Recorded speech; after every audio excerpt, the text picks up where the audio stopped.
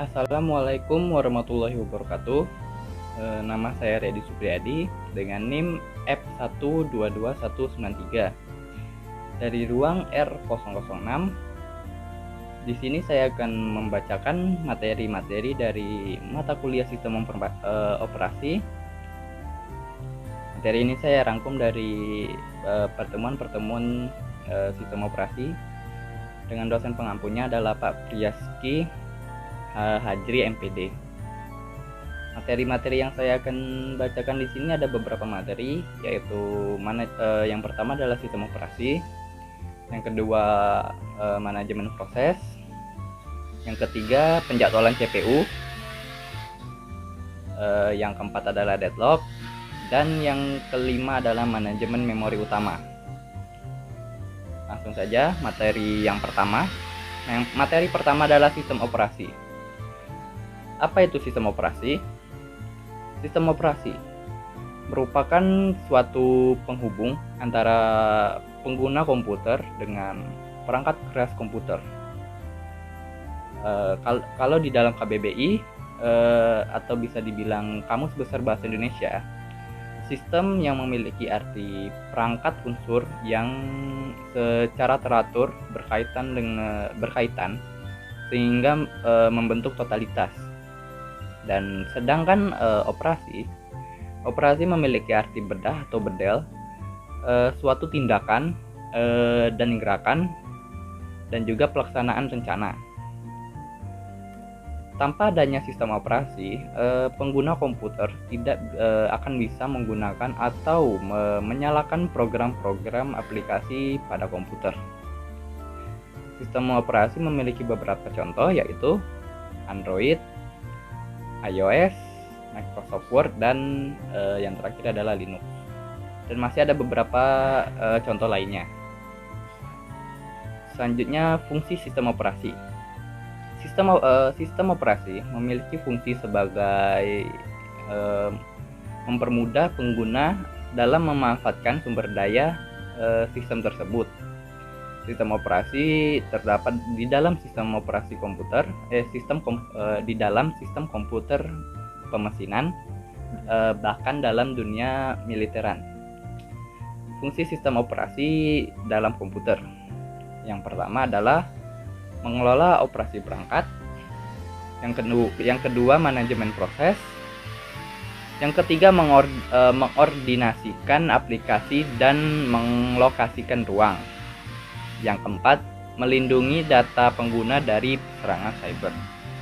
Dan yang terakhir, yang kelima, membantu mengelola drive komputer dan membagikan disk. Materi selanjutnya, materi yang kedua adalah manajemen proses. Manajemen proses merupakan tindakan dalam mengelokasikan program yang akan dieksekusi menjadi tidak berantakan dan berjalan dengan baik sebagaimana mestinya. Sebagai sistem operasi memiliki tanggung jawab atas aktivitas yang berkaitan dengan proses seperti yang pertama, menciptakan dan menghapus suatu proses pengguna dua sistem operasi. Yang kedua, mengatur proses mana yang harus dijalankan terlebih dahulu. Yang ketiga, adanya mekanisme untuk proses sinkronasi. Yang keempat, mekanisme untuk proses komunikasi. Dan yang terakhir, yang kelima adalah mekanisme untuk penanganan deadlock. Selanjutnya, materi yang ketiga adalah penjadwalan CPU. Penjadwalan CPU merupakan suatu proses pemilihan dari antrian ready untuk mendapatkan hal yang dieksekusi. Penjadwalan CPU adalah konsep dari multiprogramming. Di dalam CPU digunakan secara bergantian untuk proses yang berbeda. Suatu proses terdiri dari dua siklus, yaitu siklus burst LAO dan burst CPU yang dilakukan bergantian hingga proses selesai. Ini adalah gambaran dari penjadwalan CPU. Ya, yang diawalin dari new, lanjutkan ready atau running, lanjutkan dengan waiting, dan diakhiri dengan terminate. Ya, bisa dilihat pada gambar. Terdapat beberapa kemungkinan yang membuat penjadwalan CPU berjalan. Yang pertama, berubahnya dari running ke waiting stage, berubahnya dari running ke ready stage, dan yang ketiga, berubahnya waiting ke ready, dan yang terakhir adalah terminate. Proses-proses tersebut merupakan proses non-preemptive dan proses preemptive. Untuk proses pertama dan proses terakhir atau proses keempat adalah proses preemptive, merupakan yang tidak bisa diinterrupt. Sedangkan untuk proses yang kedua dan yang ketiga adalah proses preemptive, atau bisa disebut proses yang boleh diinterrupt. Materi selanjutnya, materi keempat adalah deadlock. Deadlock merupakan suatu kondisi di mana proses tidak berjalan lagi ataupun tidak adanya komunikasi lagi antar proses di dalam sistem operasi. Deadlock disebabkan karena proses yang satu menunggu sumber daya yang dipegang oleh proses tersebut.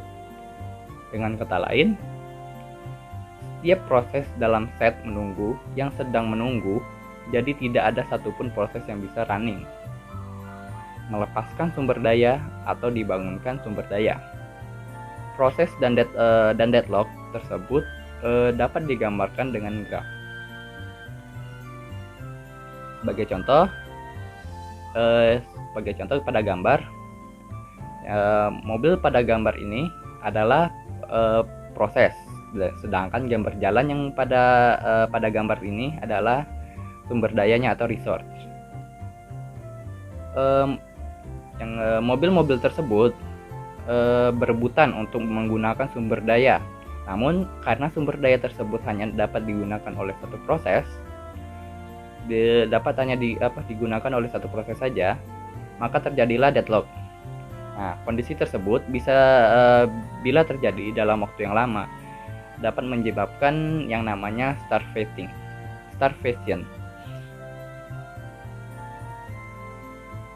Materi yang selanjutnya, materi yang terakhir adalah materi manajemen memori. Manajemen memori utama.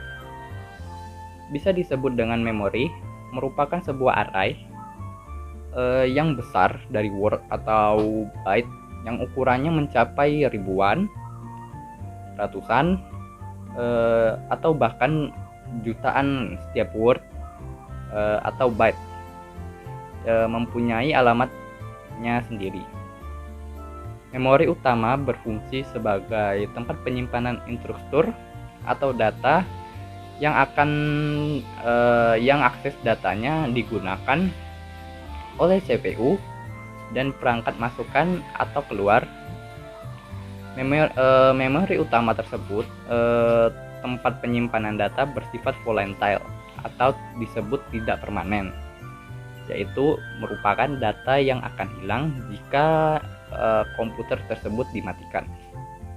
Sistem operasi bertanggung jawab atas semua aktivitas yang berkaitan dengan manajemen memori, seperti menjaga track dari memori, aktivitas yang berkaitan dengan manajemen disk, seperti free space management, alokasi penyimpanan, dan yang terakhir penjadwalan disk. Rangkaian digital yang digunakan menggambarkan struktur di suatu aljabar bola. Baiklah, itulah adalah materi-materi yang saya rangkum. Saya mohon maaf jika ada salah kata atau kurangnya penjelasan dari saya. Saya akhiri. Wassalamualaikum warahmatullahi wabarakatuh.